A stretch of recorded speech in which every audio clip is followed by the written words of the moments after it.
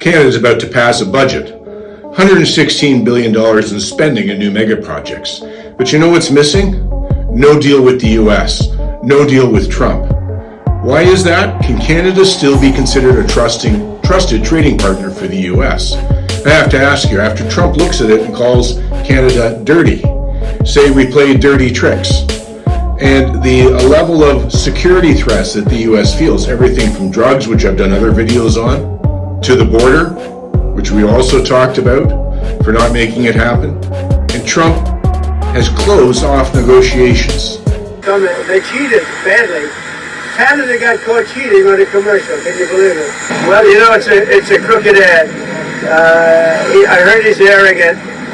Canada, that's why I pulled everything. With Canada, they did a crooked ad. They know it was Ronald Reagan loved tariffs. What they did is really dishonest. And I heard they were pulling the ad. I didn't know they were putting it on a little bit more. They could have pulled it tonight. Well, that's dirty playing. But I can play dirtier than they can, you know? Trump has totally shut down negotiations with Canada after the dirty tricks, sending the video down, misquoting Reagan on tariffs. Negotiations are off. And Canada is submitting a budget for how it wants to spend for the next who knows how many years. Super generational projects, Mark Carney is calling them. But let's look at the dangers that are listed here that are coming up in this budget. Number one, they're all supposed to be mega projects. I just did a video that talked about how almost every mega project comes in over budget, under delivering, much delayed. None of them pay off. None of them. That's 99%. You can look it up, check out my last video on that. But let's talk about something else that goes on with mega projects. Corruption. There's a lot of corruption with mega projects, particularly with Canada. You go back and you look at the Charbonneau Commission that looked into all this. It says that sometimes up to 33% of the project price is inflated to allow for corruption. In that corruption is payoff for agents, for politicians, for parties, for the mafia, for Hell's Angels sometimes. That's all been documented in the Commission's report. It says that a lot of the times up to 5% of the total value of the project gets kicked back to the party that's giving the project. That's not me saying it. That's a commission that looked into it. So here we have Carney going on with these other mega projects, none of which include anything to do with the US.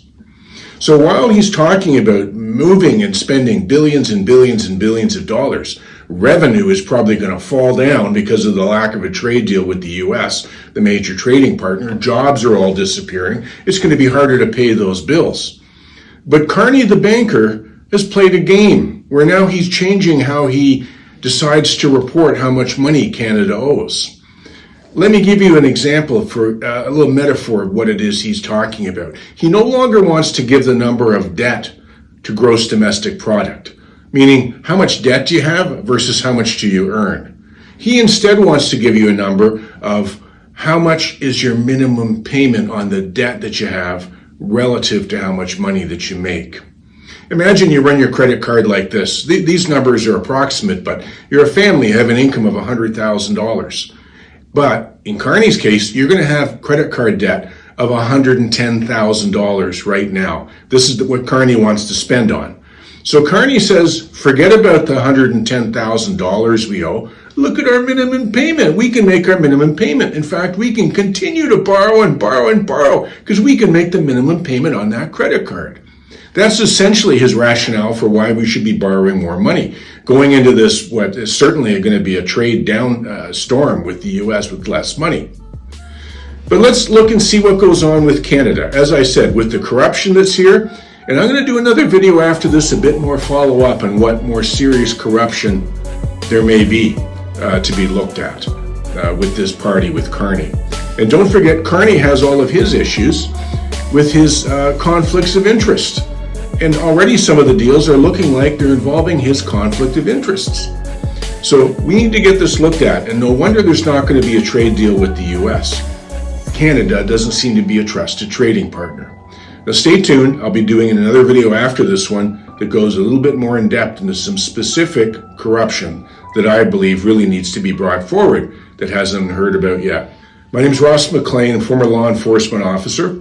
bodyguard for billionaires, and I did security for Fortune 50 companies. If you like my channel, please like and subscribe, and I'll get back to you next video.